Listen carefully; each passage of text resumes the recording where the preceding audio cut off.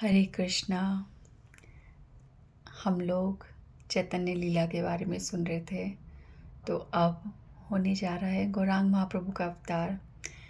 ये भजन जो है ये चैतन्य महाप्रभु के अवतार पर है। ये श्री वृंदावन दास ठाकुर ने चैतन्य भागवत में चैतन्य अवतार का जो वर्णन किया है, यही उसका एक उन्हीं वर्सेस का ही भजन है। चैतन्य अवतार शुनिया देवगण उठिल परम मंगल रे। जब सब लोगों ने, सब देवगण जिस घड़ी की प्रतीक्षा कर रहे थे कि चैतन्य महाप्रभु भगवान कृष्ण राधा रानी का हृदय और राधा रानी का रंग लेके जब चैतन्य महाप्रभु के रूप में अवतार लेंगे, उस क्षण का सभी देवगण प्रतीक्षा कर रहे हैं। और जैसे ही पता चलता है चैतन्य महाप्रभु ने अवतार लिया है, तो ये सभी देवगण ही सुनते ही चारों दिशाओं में परम मंगल की ध्वनि होने लग गई है। सब जगह परम मंगल उठ रहा है, सब जगह शुभ ही शुभ हो रहा है। सकल ताप हर श्री मुख चंद्र देखी आनंदे हैला विहवल रे। सब ताप हर गए जब चैतन्य महाप्रभु का मुख चंद्र देखा। चैतन्य महाप्रभु का चंद्र जैसा मुख जब सबने दर्शन किया, तो सब प्रकार के ताप, आध्यात्मिक, आदि भौतिक, आदि दैविक, सब प्रकार के ताप खत्म हो गए। चारों दिशाओं में आनंद ही आनंद होने लग गया। अनंत ब्रह्मा शिव आदि करी यत देव सवई नर रूप धरी रे। अनंत भगवान अनंत, ठीक है, अनंत शेष ब्रह्मा जी, शिव जी, सभी देवता सब चैतन्य महाप्रभु के दर्शन कर रहे हैं। और कैसे? नर रूप, मानव रूप धारण करके। गायन हरि हरि ग्रहण छल करी लखित केह नाही पारे रे। अद्वैत आचार्य ने चैतन्य महाप्रभु को बुलाया है, भगवान कृष्ण को फोर्स किया है, प्रार्थना करी है, उनका हृदय द्रवित करा है। किस लिए? कि चैतन्य महाप्रभु के रूप में अवतार लेने के लिए। जब कलयुग के आरंभ में ही भगवान का नाम लुप्त होने लग गया, जहाँ पे जीना मुश्किल हो गया था भक्तों का, उस नाम के बिना कैसे वो जी सकते हैं। आज भगवान ने अपने जन्म से ही उस संकीर्तन की स्थापना कर दी। कैसे? कि भगवान का जब जन्म हुआ उस टाइम चंद्र ग्रहण लगा था। चंद्र ग्रहण, तो चंद्र ग्रहण में क्या होता है, सब लोग गंगा जी में आदि डूबते हैं और हरि हरि हरि हरि बोलते हैं। वो लोग जो चंडी और देवी और काली की पूजा कर रहे थे, वो भी हरि हरि का उच्चारण कर रहे हैं। तो इस तरह से चारों ओर हरि हरि की ध्वनि हो गई। नास्तिक भी, चंडाल भी, पापी, दुराचारी, सब लोग सिर्फ हरि हरि हरि की ध्वनि कर रहे हैं। तो यहाँ पे लिखा है कि गायन हरि हरि ग्रहण छल करी।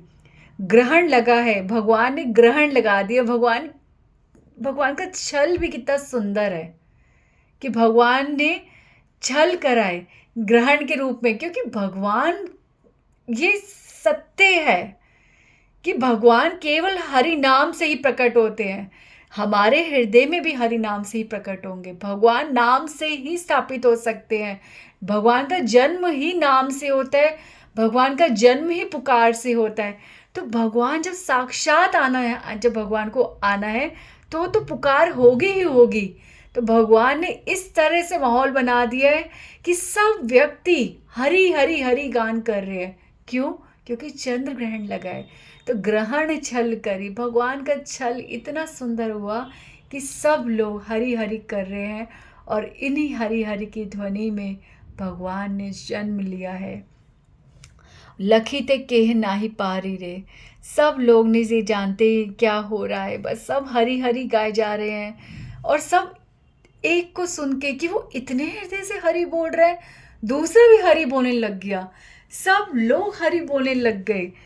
दश दिके धाये लोक नदियाए बलिया उच्च हरी हरी रे।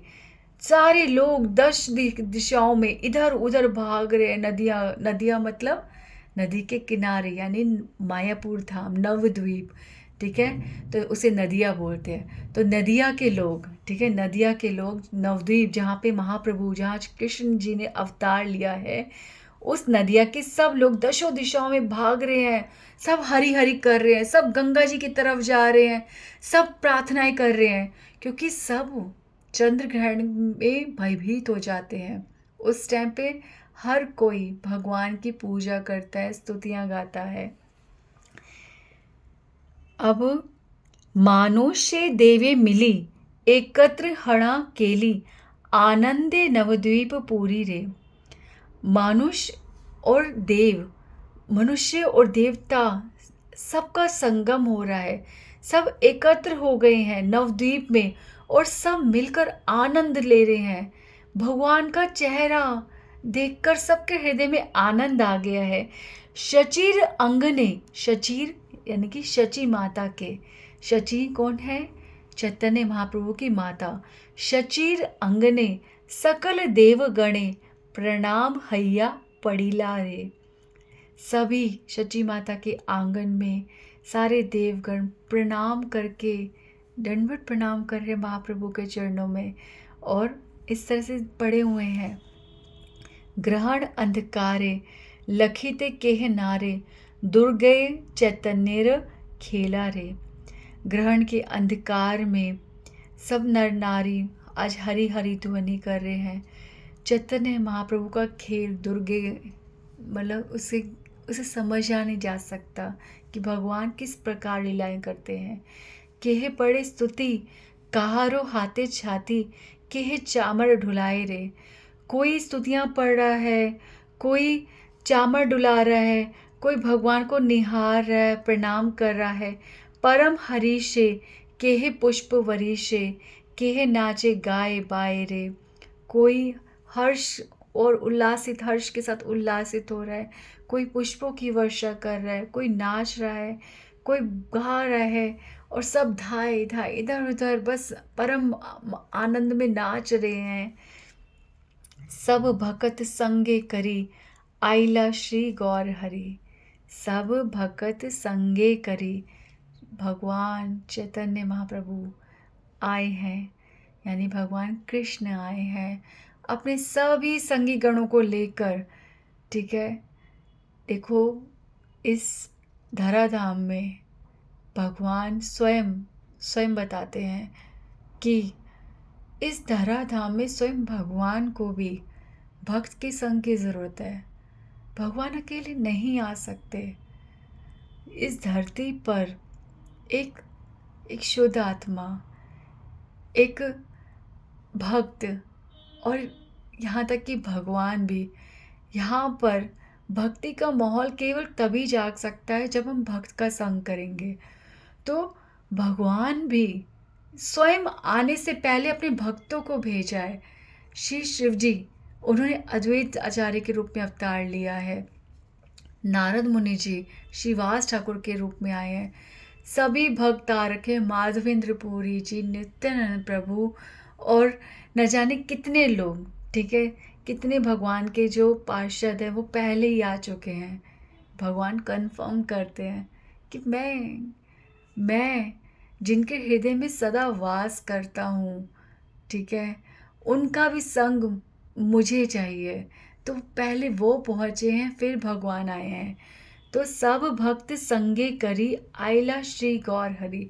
अपने समस्त भक्त समूह को लेकर ये चैतन्य महाप्रभु आज नवद्वीप में अवतार लिया है, और अब गौर लीला होगी। पाषंडी किछुई न जाने रे। ना पाषंडी तब समझ पाए थे कि ये कौन है जिसके अवतार से चारों ओर हरि ध्वनि हो गई है, परम मंगल यश फैल गया है। ये कौन है? ना पाषांडी उस टाइम समझ पाए थे और ना ही आज समझ पाएंगे। पाषांडियों को कभी भी विश्वास नहीं होता। ये शास्त्रिक बात, ये चैतन्य भागवत का ये वर्णन है, और किसने? श्री वृंदावन दास ठाकुर जी ने स्वयं लिखा है। तो शास्त्र के ऊपर भी विश्वास ना जो करे तो वो पाषंडी तो है। तो ना तब हुआ ना अब होगा। श्री कृष्ण चैतन्य प्रभु नित्यानंद वृंदावन दास रस गान रे। श्री चैतन्य महाप्रभु और प्रभु नित्यानंद श्री वृंदावन दास ठाकुर उनके रस से उनके गुणों का, उनके जन्म लीला का गान कर रहे हैं। तो चैतन्य महाप्रभु का अवतार हो गया है। तो चैतन्य महाप्रभु का अवतार, भगवान ने जब ये अवतार लिया है तो उनका नाम चैतन्य है। ये नाम बाद में पड़ा है, ठीक है। अभी जो है अभी हम जैसे जन्म लीला पढ़ेंगे, पहले नाम कौन सा पड़ा फिर कौन सा पड़ा, ये सब अभी हम पढ़ेंगे। पर मूलतः गौरांग महाप्रभु को गौरांग, अब ना ये जो मैं नाम बोलूँगी ना उनका अर्थ पता होना बहुत ज़रूरी है। क्यों? क्योंकि मैं बार बार बोलूँगी तो नाम मैं जो बोल रही हूँ उसका अर्थ कितना सुंदर है और कितना गहरा है, ये तो तभी समझ आएगा ना जब मैं बताऊँगी। तो सुनो, पहली बात, उनको बोलते हैं गौरांग। गौरांग मतलब गोरा रंग, ठीक है। ये गौरांग शब्द ना ये ऐसा नहीं है कि किसी की वो बस एक उनके गोरे रंग को प्रकाशित कर रहे। ये गोरा रंग, ये गौरांग शब्द जो है ये हमें हमेशा ये विश्वास दिलाता है कि कृष्ण भगवान ने राधा रानी का हृदय लेकर और रंग लेकर ये अवतार लिया है। भगवान की जो भक्ति है वो राधा रानी है। अगर भक्ति का कोई रूप है तो वो राधा रानी है। भक्ति भगवान की जो अंतरंगा शक्ति है, हलादनी शक्ति है, वो राधा रानी है। भगवान ने तो हमेशा अवतार लिए, कृष्ण बनकर, राम बनकर, वामन बनकर हमेशा अवतार लिए, पर वो हृदय में भक्ति नहीं डाल सकते, अकेले नहीं डाल सकते जब तक भगवान की शक्ति, भगवान की अंतरंगा शक्ति स्वयं कृपा ना करे। देखो, जब वामन रूप था, ठीक है, तो बलि महाराज हैं, वो वामन देव जी के चरणों में पूरी तरह समर्पित थे, ठीक है, भक्ति का भाव दिखा रहे थे। वो सब देखने के बावजूद भी बलि महाराज की पुत्री जो है वो भगवान से द्वेष कर रही है, ठीक है। उसे परिणाम मिला, वो अगले जन्म में पूतना बनी और उसका उद्धार हुआ। पर ये उद्धार जो हुआ, क्या ये प्रेम था? ये उद्धार होना इज़ डिफरेंट थिंग, और भगवान का प्रेम पाना इज़ वेरी डिफरेंट थिंग। आप सोचो, उद्धार, हमारा भी उद्धार हो जाएगा, ये जन्म खत्म होगा, अंत में हमारा उद्धार हो जाएगा, हमारे को भगवान का धाम प्राप्त होगा, इसे उद्धार कहते हैं। हम 84 लाख योनियों से बाहर निकल जाएंगे, इसे उद्धार कहते हैं। पर इस उद्धार का क्या लाभ जो अंत समय में हमें मिलेगा, जो हमारे अगले जन्मों में हमें मिलेगा, इसका क्या लाभ?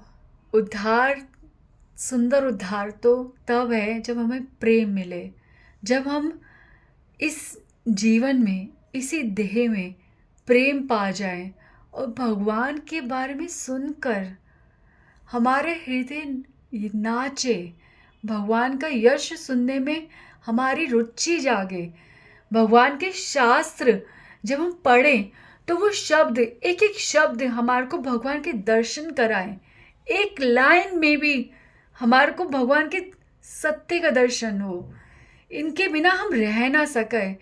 कोई भगवान का बस जिक्र ही करे तो वो हमारे को सबसे सुंदर लगे, उस व्यक्ति को हम उसके चरणों में सर निभाए, भक्तों को ढूंढे, भक्ति की भूख बढ़े, तभी तो पता चले कि ये प्रेम है। तो बताओ, उद्धार है, चाहिए भक्तिमय प्रेम चाहिए। तो भगवान ने उसका उद्धार करा, ठीक है। अब राम जी आए तो शबरी माता, अहल्यम और कितने सब लोग जो भक्त है, केवट, सब लोग ने भगवान को प्रेम करा, पर ऐसे लोग जो भगवान सामने थे फिर भी प्रेम नहीं समझ पाए, उनका क्या? जैसे वो धोबी जिसने सीता माता पर लांछन लगाया था, क्या उसने सीता माता और राम जी का दर्शन नहीं किया था? तो क्यों उसके हृदय में प्रेम नहीं जागा? जब भगवान कृष्ण बन के आए तो सामने थे भगवान, जिनके हृदय में भक्ति और सारे मतलब सुकृतियाँ जिन्होंने इकट्ठी करी थी, और जो भगवान के पार्षद थे उनके हृदय में तो नित्य ही वो पार्षद थे, उनके हृदय में प्रेम था। द्रौपदी, विदुर जी, अक्रूर जी, ठीक है, ये सब लोग प्रेमी भक्त थे, और व्रजवासी सब प्रेमी भक्त थे, ठीक है। तो ये तो मतलब था ही प्रेम, पर उनका क्या, जिनके हृदय में जागा ही नहीं प्रेम, उनका क्या? हाँ, जैसे रुक्मणी जी का भाई, हाँ, जैसे वो क्या बोलते हैं, सभा में सारे राजागण, जैसे कौरव, और बहुत लोग जिनको भगवान के होते हुए भी भगवान से ईर्ष्या थी, ठीक है, उनका क्या? तो अब आती है बात चैतन्य महाप्रभु की, कि भगवान जो है, अब श्री कृष्ण जो है वो गौरांग कहला रहे हैं, यानी कि वो राधा रानी का हृदय और राधा रानी का रंग लेकर आए हैं, अंतरंगा शक्ति को अपने अंदर उतार कर आए हैं। सदैव जो भगवान, ठीक है, मन मना मद मद भक्तो मद याजी माम नमस्कुरु, ठीक है, जो कहते हैं मुझे नमस्कार करो, मुझे प्रणाम करो, मुझे ओबीसेंसेस दो, ठीक है, सदैव मेरी ही पूजा करो, वो करो कहते हैं। या जो मुझे सरेंडर करता है, ठीक है, सर्वधर्मान परित्यज्य माम एकम शरणम व्रजा, ठीक है, सारे धर्मों का त्याग करो और मेरी शरण में आओ, तब मैं तुम्हारे पाप हटाऊंगा, ठीक है। अब ये देखो, ठीक है, अब ये देखो, ये भगवान जो ये डिमांड कर रहे हैं ना, अब वो राधा रानी के साथ हैं। अब जब उनके हृदय से ये निकलेगा त्याग करो फिर भक्ति, तब अब वो अंतरंगा शक्ति के साथ है, राधा रानी की अंग संग है वो। अब जब वो किसी व्यक्ति को देखेंगे कि ये दुराचारी, ये पापी, ये पाषंडी है, इसके हृदय में ना सरेंडरनेस, त्याग की, शरणागति की भावना है, ना थी और ना कभी आने वाली है, इसका क्या करें? तो मेरी अंतरंगा शक्ति राधा रानी भगवान के हृदय में करुणा का सागर, उस पर इतना उछाल उत्पन्न कर देंगी ना, ऐसा तूफान उत्पन्न कर दे कि भगवान फोर्स हो जाएंगे कि दो इसे भक्ति, ये ही अधिकारी है, इसी को दो पहले, प्रेमियों के पास तो है ही, इनका कौन करेगा? तो ये है गौरांग, ये है गौर अवतार, ये है कृष्ण महाप्रभु, कृष्ण का महाप्रभु के रूप में अवतार, ये है गौरांग शब्द, समझे? ये गौरांग गौरांग गौरांग, गौर हरि गौर हरि गौर हरि, यानी कि वो हरि जो गौर रूप लेके आए हैं, जो राधा रानी को साथ रख के आज लीलाएं कर रहे हैं, ये वो गौरांग है। ये सो स्पेशल है, ये वेरी स्पेशल है। और ये हमारे कलयुग में हर बार सतयुग होता है, हर बार द्वापर युग होता है, त्रेता युग होता है और कलयुग होता है। पर आपको पता है ये जो मनवंतर चल रहा है ये है स्वर्ण कलयुग, यानी कि कितने मनवंतर के बाद, कितने युगों के बाद ये वाला कलयुग आता है, जिसमें भगवान ने चैतन्य महाप्रभु के रूप में अवतार लिया था, स्वयं भगवान ने अवतार लिया था। और हर कलयुग में भगवान का अंश अवतार आता है, ठीक है। तो वो जो अंश अवतार होता है उसमें भगवान का नाम तो मिलता है, पर उस नाम से प्रेम नहीं मिलता। यानी कि भगवान पूर्ण रूप से अंतरंग शक्ति के साथ ये लीला हर बार नहीं करते। ये केवल इसी कलयुग में, इस स्वर्ण कलयुग में ही हुआ है। यानी कि हम लोग बहुत लकी हैं। अगर हम एक बार भी भगवान से प्रार्थना करें, ठीक है, और साधारण रूप से, सहज रूप से, विश्वास करके, श्रद्धा से, हे गौर हरि, हे गौरांग, हाँ गौरांग, हाँ गौरांग, इतनी पुकार कर लेना, इतना ही बोल ले, तो देखो कैसे कैसे जिस जेल में हम सदियों से बंद हैं उसके ताले अपने आप खुल जाएंगे और हम स्वतंत्र हो जाएंगे। इस हम जेल में बंद हैं, हम उस जेल में ही प्रसन्न हैं। उस जेल में जो सुविधाएं मिल रही हैं, हम लोग वहीं पे संतुष्ट होके बस जिए जा रहे हैं। हमें ये पता ही नहीं है कि हम किस स्थिति में हैं। क्यों? क्योंकि हम उस ताले के अंदर बंद हैं। पर जब हम गौरांग, गौर हरि ये पुकार करते हैं तो वो ताला खुलता है और फिर हमारे को सत्य दिखता है। सत्य हृदय में उजागर होता है। सत्य हमारे हृदय में एक फोर्स डालता है। सत्य हमारे हृदय को ज्ञान देता है, दिव्य ज्ञान देता है। आँखों में रोशनी आती है, दिखता है। ये अभी जो आँखें हैं ना, ये आँखें जो भगवान को देख नहीं रही, ठीक है, ये वो आँखें हैं जैसे मोर के पंख में बनी होती ना आँख, पर वो आँख नहीं है। तो वैसे ही अभी हमारी आँख है, मोर के पंख की जैसे आँख है हमारी, जो आँख तो है पर देख नहीं पा रही। क्यों? सत्य नहीं देख रही। तो ये सब चीज़ें हमारे, ये नेचुरली क्यों नहीं हो रहा? क्योंकि हम बंद हैं। पर गौरांग, गौर हरि, चैतन्य महाप्रभु की शरण में जाकर नेचुरली वो द्वार जब खुल जाते हैं, हम उस जेल से जब बाहर निकलते हैं तो सत्य हृदय में नेचुरली, स्पॉन्टेनियसली हम उसे एक्सेप्ट करते हैं और समझ आता है। हृदय जैसे मोमबत्ती पिघलती है ना अग्नि के पास, ऐसे ही उस सत्य के पास हम यूं पिघलने लगते हैं कि अहंकार, द्वेष कुछ नहीं रहता, कुछ नहीं रहता। केवल सत्य ही समझ आता है, सत्य ही दिखता है, सत्य ही सुनाई देता है और मुंह से सत्य ही निकलता है। ठीक है, तो ये गौरांग, ठीक है, आया समझ? गौरांग।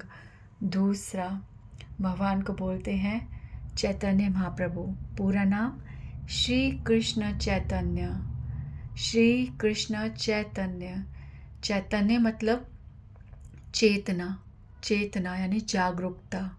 चैतन्य मतलब वो चैतन्य यानी वो जागा हुआ है, ठीक है। चैतन्य करना, किसी को जगाना, ठीक है। तो चैतन्य, श्री कृष्ण चैतन्य महाप्रभु, ठीक है। श्री कृष्ण चैतन्य हम बोलते हैं, यानी कि उनका ये नाम है कि जो हर हृदय में, जो प्रत्येक व्यक्ति के हृदय में जो कृष्ण बैठे हुए हैं, उस कृष्ण को चैतन्य कर देना, उस कृष्ण को जगा देना। हमारे हृदय में भगवान है, जब से आदि अनादि समय से हमारे हृदय में है। हमने जन्म लिया है, हम लोग आज भगवान को जान रहे हैं, पर वो सदैव हमारे हृदय में है। पर वो अगर है तो हमें क्यों महसूस नहीं होते? वो सबके हृदय में समान रूप से हैं, हरि व्यापक सर्वत्र समाना। तो क्यों हमारे साथ ऐसा हो रहा है? क्यों हमारे को नेचुरली भक्ति नहीं हो पा रही? क्यों? क्योंकि वो हमारे जो कृष्ण है ना, वो सो गए हैं। अभी तो वो केवल अपने भगवान रूपी कार्य कर रहे, परमात्मा के रूप में बस बैठे हुए हैं, पर कृष्ण जो है ना सो गए हैं। क्यों?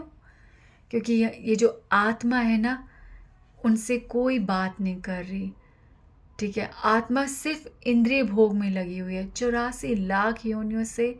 अब ये सोचो इस जन्म में भी कितना समय जा चुका है। ये जो जन्म है जागने का मिला है, उसमें भी हमारा इतना समय जा चुका है सोते सोते। अब आप बताओ, ये आपके पास, आप किसी के साथ हो, अगर आप उससे बात नहीं करोगे तो क्या वो आपको कंपनी देगा?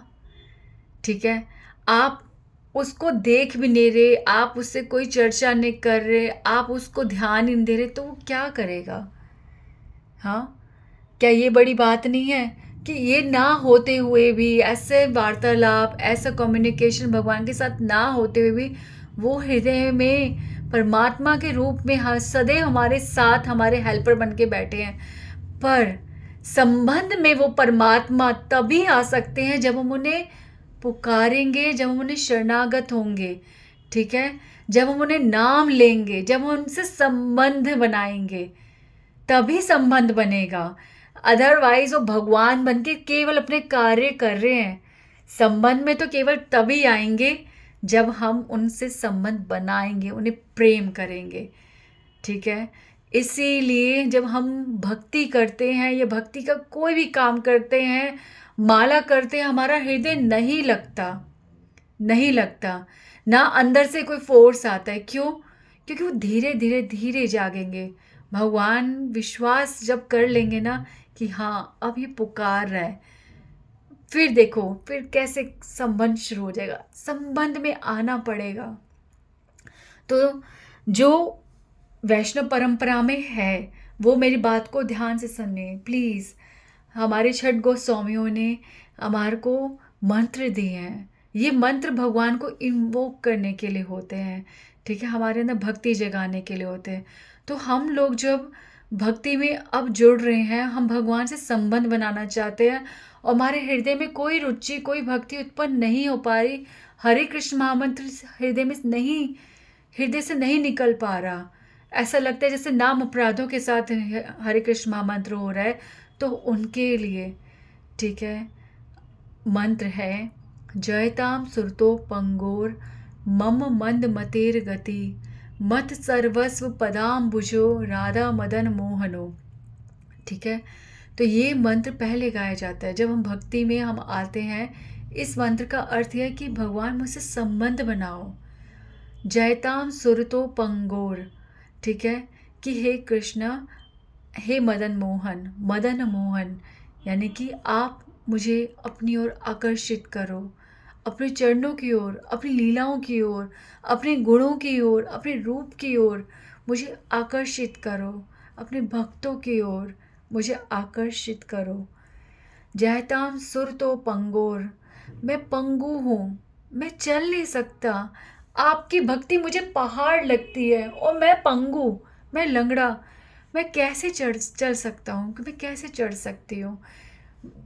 जयताम सुरतो पंगोर मम मंद मतेर गति, मेरी मति जो है मंद है, धीरे है, उसकी गति बहुत धीरे है।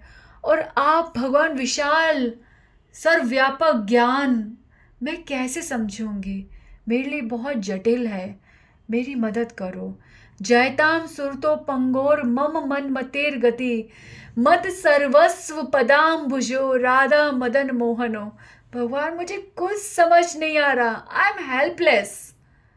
बस मुझे एक चीज़ समझ आ रही है, मेरे कान में सिर्फ एक चीज़ गूंज रही है कि अगर मैं आपको शरणागत हो जाऊं तो सब कुछ संभव है।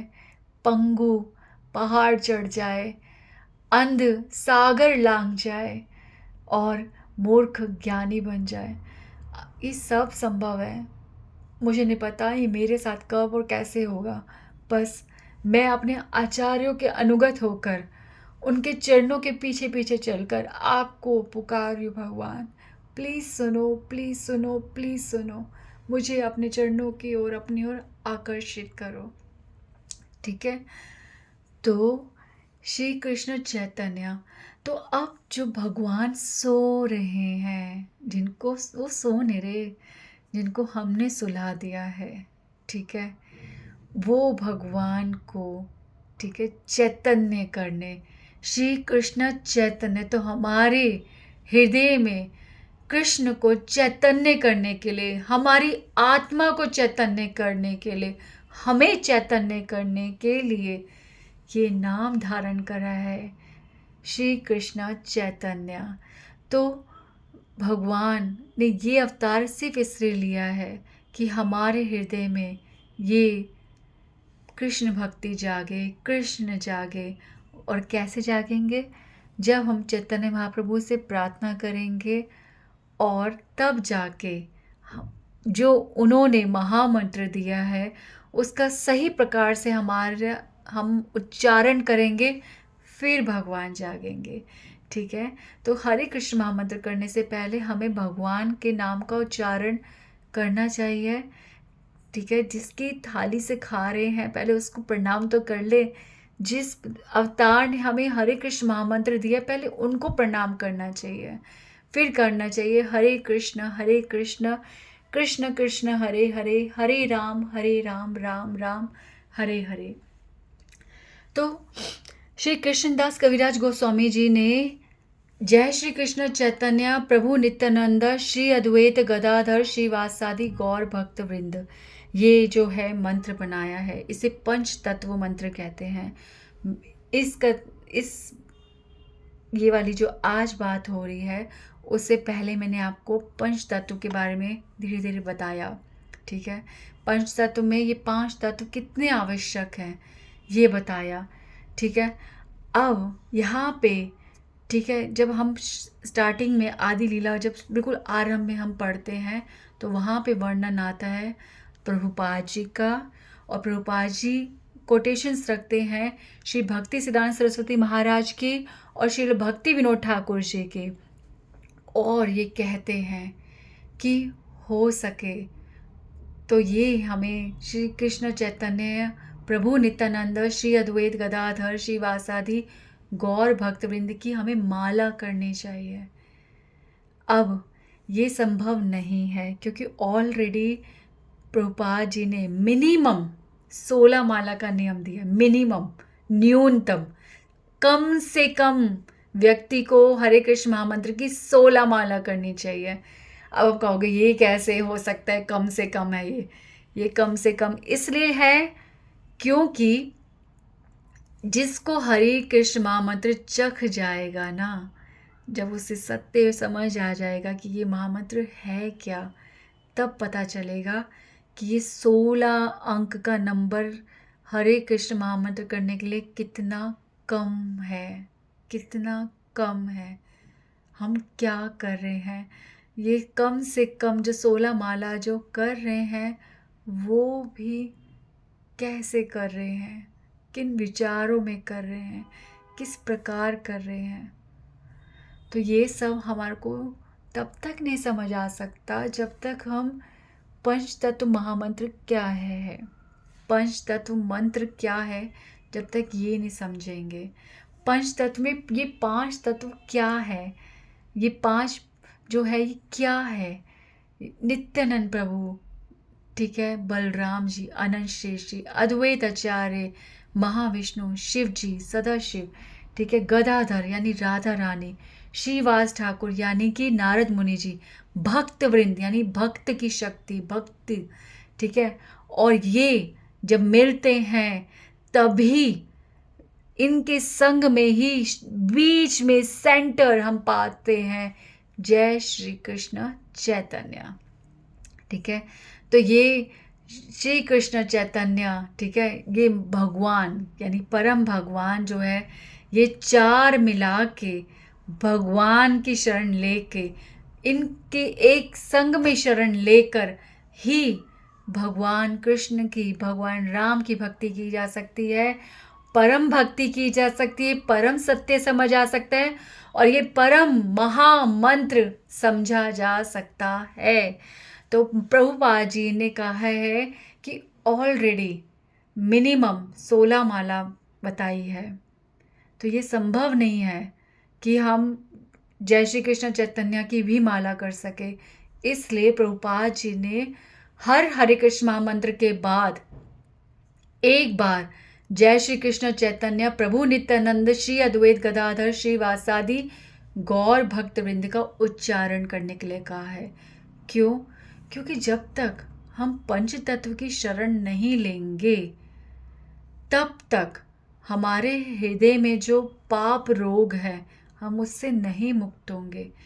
जब तक हम पापों से मुक्त नहीं होंगे तब तक हम हरे कृष्ण महामंत्र कैसे करेंगे?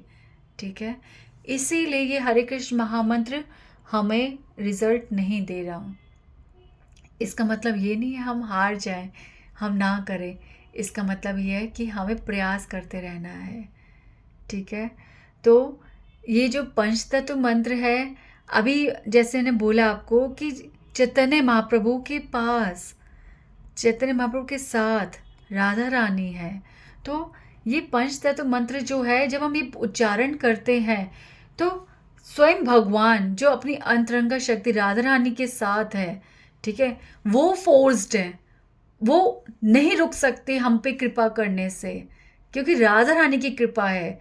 राधा रानी का तो केवल नाम बोल दो, ठीक है, राधा रानी का केवल नाम पुकार लो, वो तो सोचती भी नहीं कौन पुकार रहा है और कृपा कर देती है।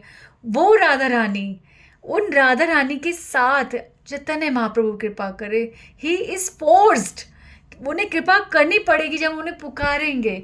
ऊपर से 5 तत्व नित्यानंद प्रभु, अद्वैताचार्य, गदाधर, श्रीवास और भक्तविंद जब इनको एक साथ पुकार रहे हैं तो सोचो कितना जबरदस्त कृपा हमें मिलेगी।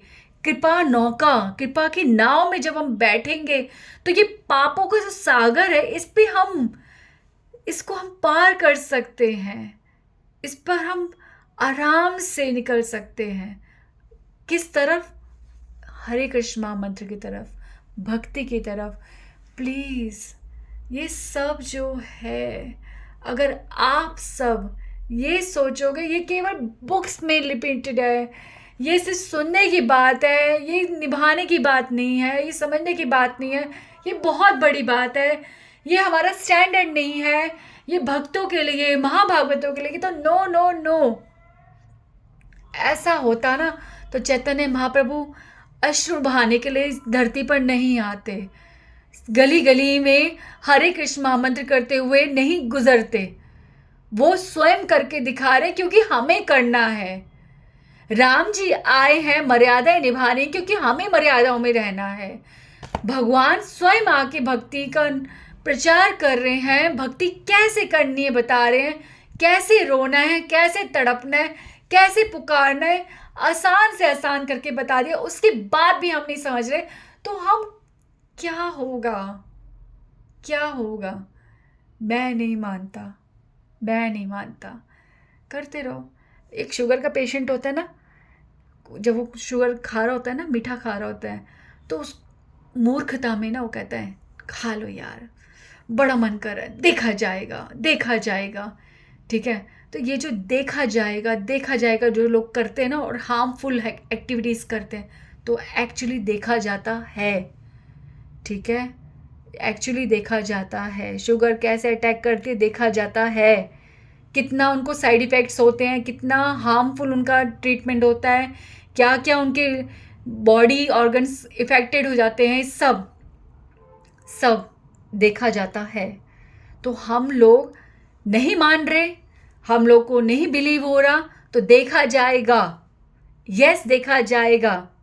84 लाख योनि में भटकना पड़ेगा, हर जन्म में तड़पना पड़ेगा, और नो गारंटी कि अगला मनुष्य जन्म भी जब आपको मिलेगा तो हम भक्ति करेंगे या नहीं करेंगे। तो प्लीज़ ये स्वर्ण कलयुग में चैतन्य महाप्रभु की शरण ले लो, हमें लेनी पड़ेगी। हो, Hare Krishna, please chant Hare Krishna, please chant.